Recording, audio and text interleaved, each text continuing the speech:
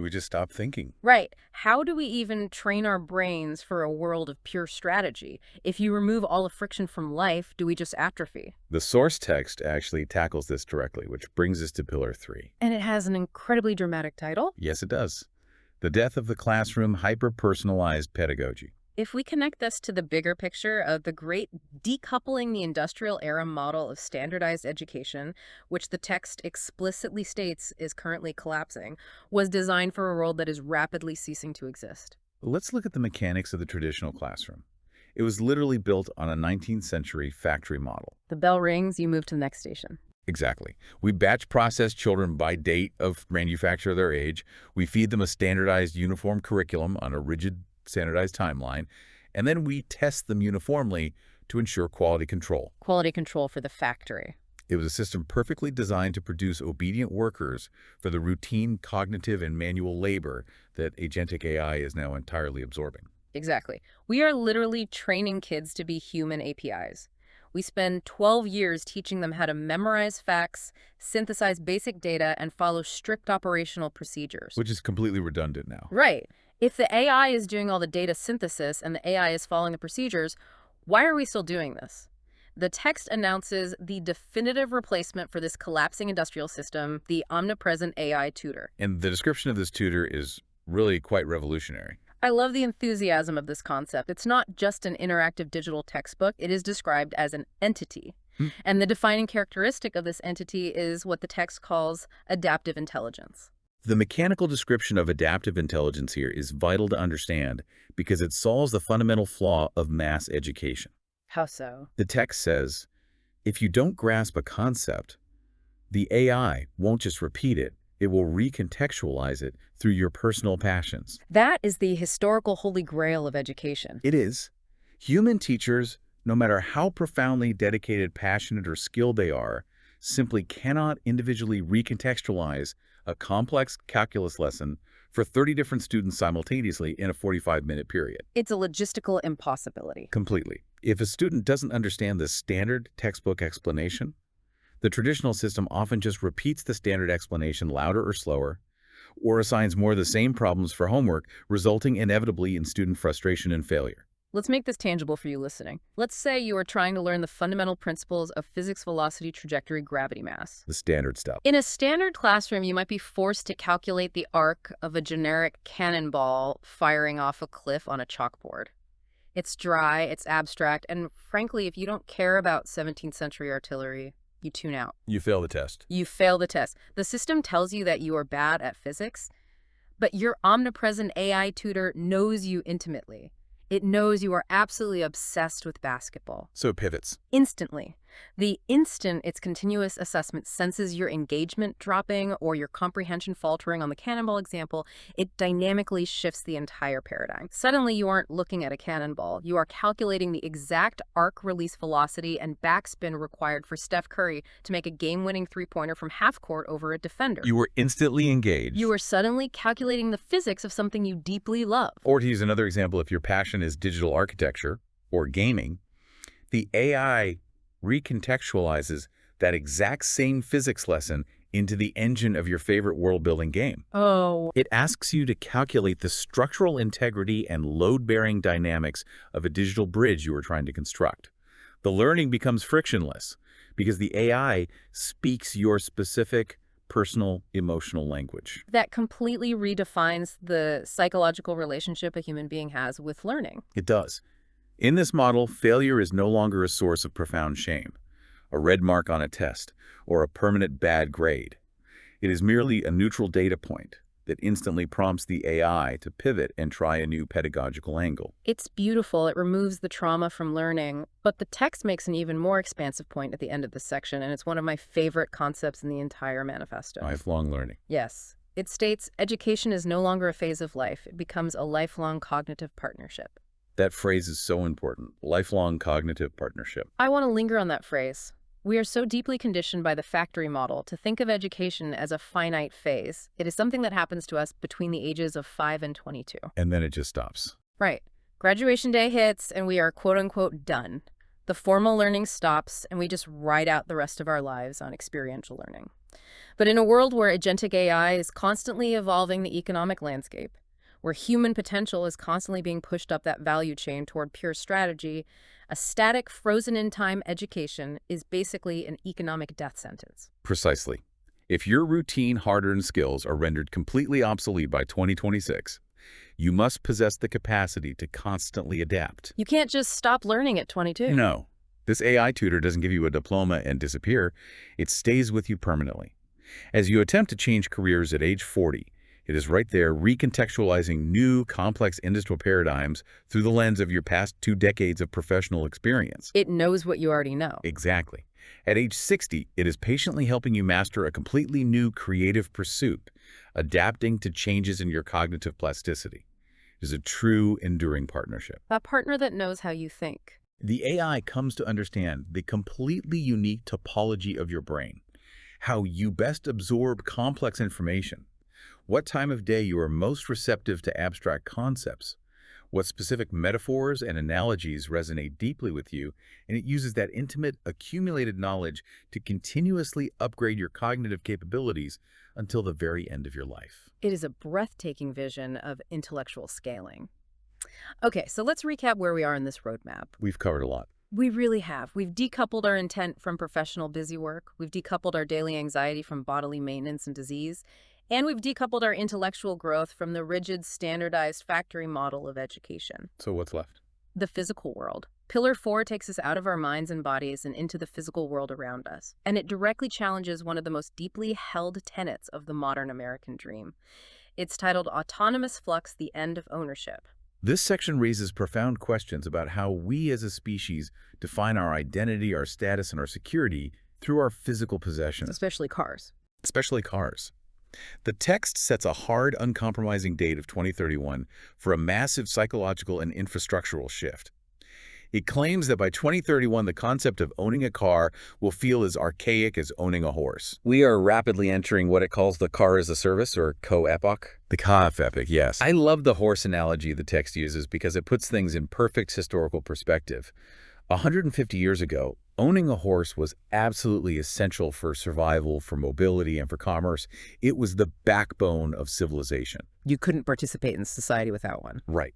Today, if you own a horse, you're either an eccentric hobbyist, an athlete, or you own a working ranch. It is an incredibly expensive, high-maintenance luxury, not a daily utility. And the text is applying that exact logic to the automobile.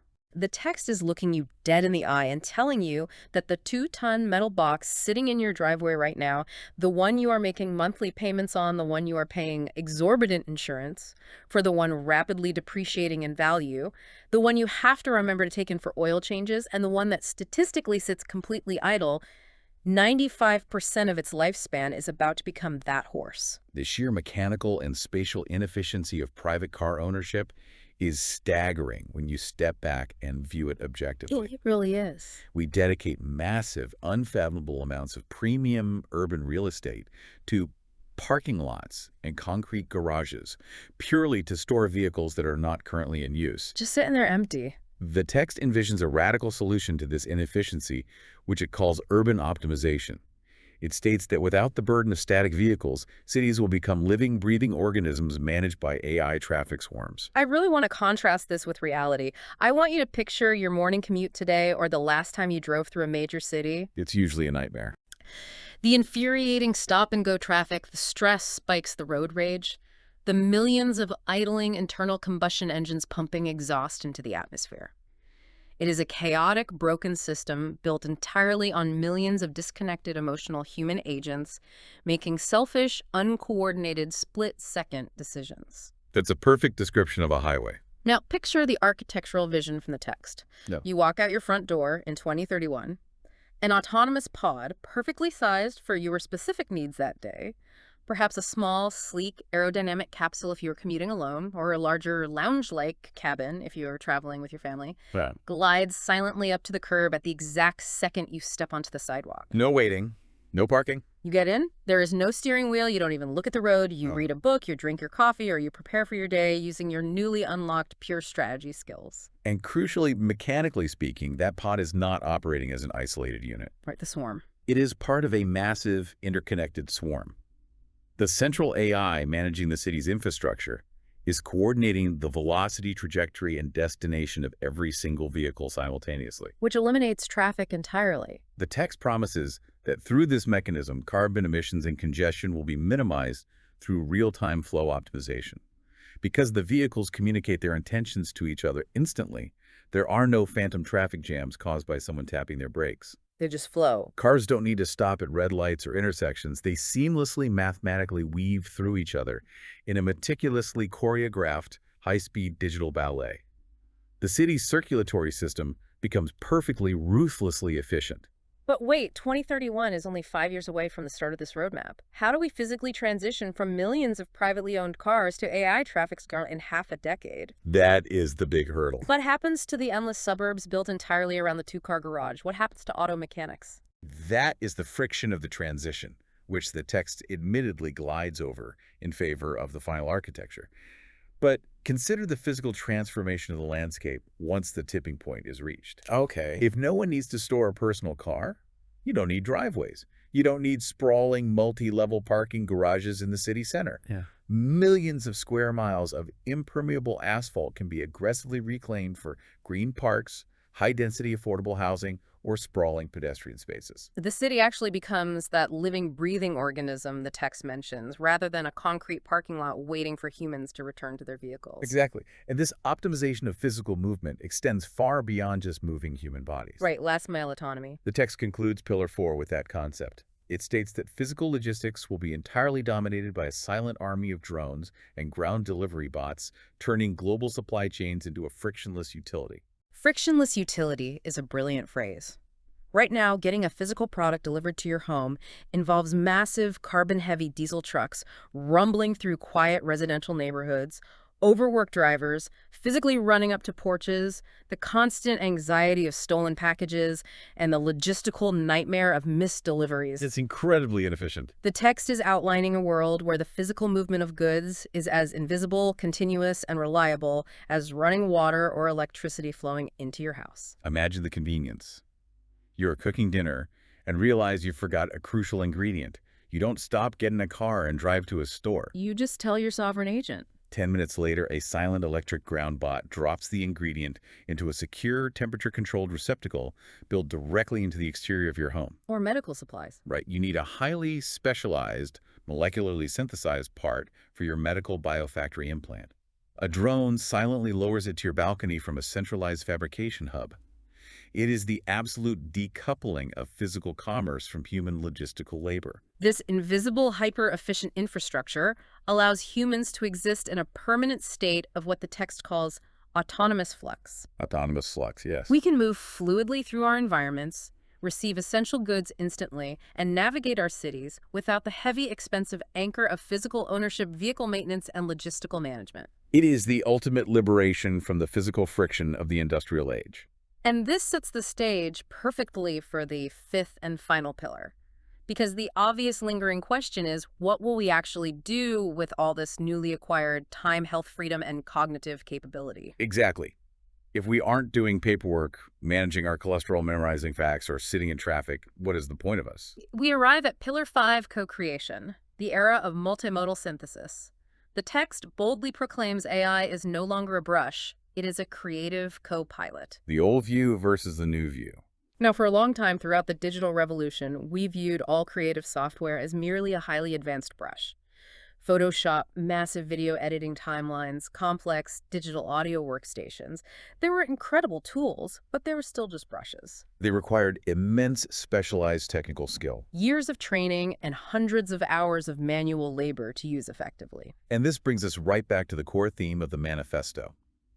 The decoupling of human intent from mechanical execution. That text establishes a critical baseline for the year 2026, which it calls universal fluency. Universal fluency. It defines universal fluency as the ability of multimodal AI to process text, audio, and video simultaneously and seamlessly. This is a monumental architectural leap. Because it used to just be text. Early AI could only handle text. It was essentially a hyper-advanced autocomplete. Then we got image generators that could create static pictures from text. But true multimodal synthesis means the AI understands and manipulates the world the exact same way a human does in a seamless integrated blend of sight, sound, and language all at once. This is where human potential truly scales into the absolute stratosphere. The text predicts the imminent rise of the one-person studio. The one-person studio. It says individuals will be designing entire cinematic universes and complex games solo. I want you to truly let the weight of that statement sink in. Think about a blockbuster movie today. It's a massive undertaking. It requires hundreds of millions of dollars in capital. It requires thousands of highly specialized workers, concept artists, 3D animators, sound designers, lighting technicians, actors, directors, and editors. It is a massive, slow, highly bureaucratic industrial undertaking. It is the ultimate expression of an industrial process applied to art. But with a multimodal creative co-pilot possessing universal fluency, the technical and financial barriers to entry are instantly obliterated. Completely gone. If you have the vision, if you possess the pure strategy and high-level creativity we discussed way back in Pillar 1, you can execute it at a fidelity previously reserved for massive corporations. Imagine you have an incredibly complex, emotionally resonant, sprawling idea for a sci-fi epic. Today, unless you win the lottery and get a major Hollywood studio to back you, that idea stays trapped inside your head forever. Because execution is too expensive. But in 2026, according to this text, you sit down in your living room with your sovereign agent. You verbally describe the world. You describe the history of the characters. The AI instantly generates the 3D environments. In real time. You look at the screen and say, no, make the lighting moodier, more like a rainy neon street in Tokyo. The AI adjusts the global illumination instantly in real time. You write the dialogue, and the AI generates photorealistic, synthetically voiced characters delivering those lines with perfect, nuanced emotional inflection. It's all just intent. You ask for a sweeping Hans Zimmer-style orchestral score to swell during the climax, and it is generated and perfectly synced on the fly to match the exact pacing of your scene. One single person sitting on their couch conjuring entire photorealistic cinematic universes from their pure imagination, completely bypassing the entire Hollywood industrial complex. It democratizes world building on a scale never before seen in human history. It's unbelievable. But we must also acknowledge the flip side. It floods the cultural landscape with infinite high-fidelity content.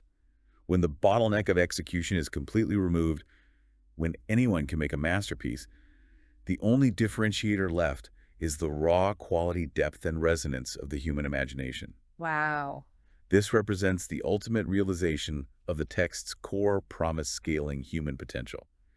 We are finally freed from the mechanics of creation, allowed to be pure directors of our own artistic visions. It is an incredibly inspiring thought, but the text doesn't end on that utopian note. Yeah. And honestly, the final paragraph of this manifesto is the most thrilling and perhaps the most deeply daunting part of this entire deep dive. It takes a turn at the end. It's titled Synthetic Evolution, and it serves as the philosophical climax of the text. It is a vital, complex, and frankly chilling conclusion.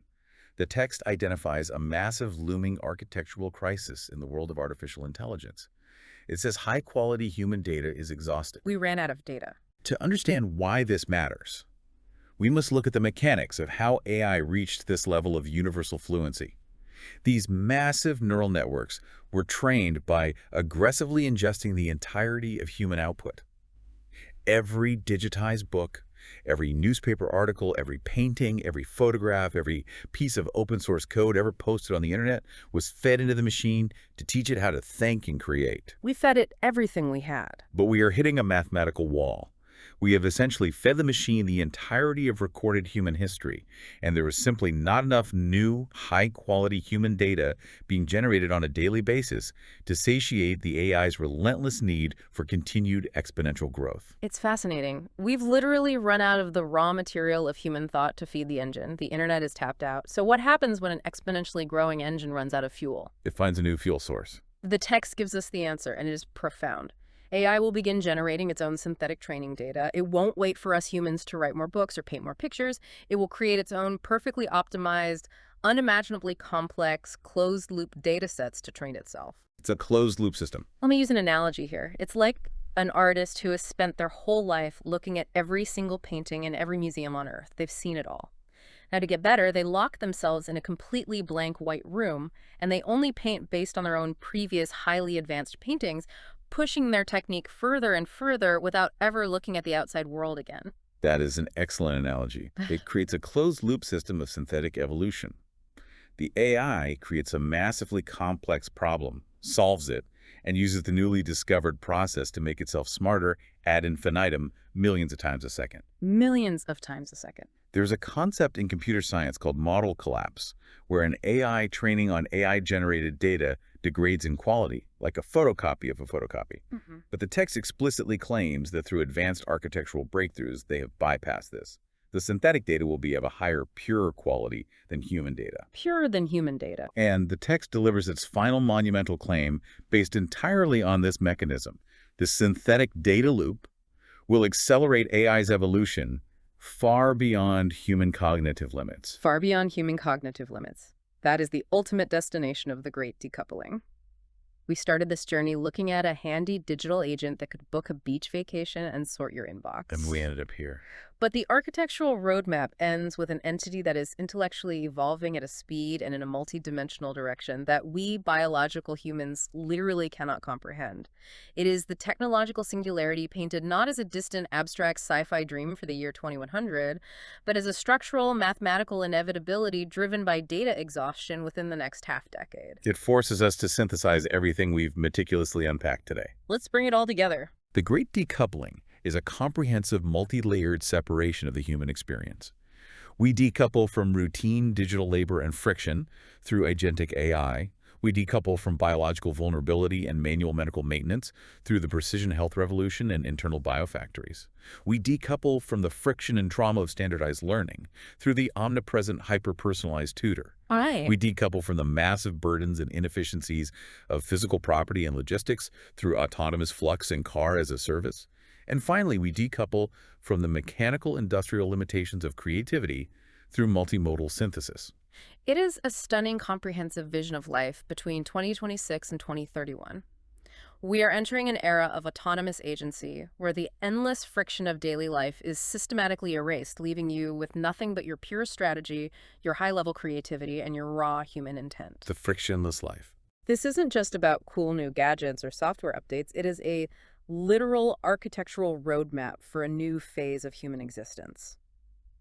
You are being handed the keys to the one-person studio of your own life. You are the architect now. It is a roadmap to liberation from friction, certainly, but it leaves us with a profound, almost unanswerable philosophical challenge. What's that? The text's final point regarding synthetic evolution demands deep reflection from anyone reading it.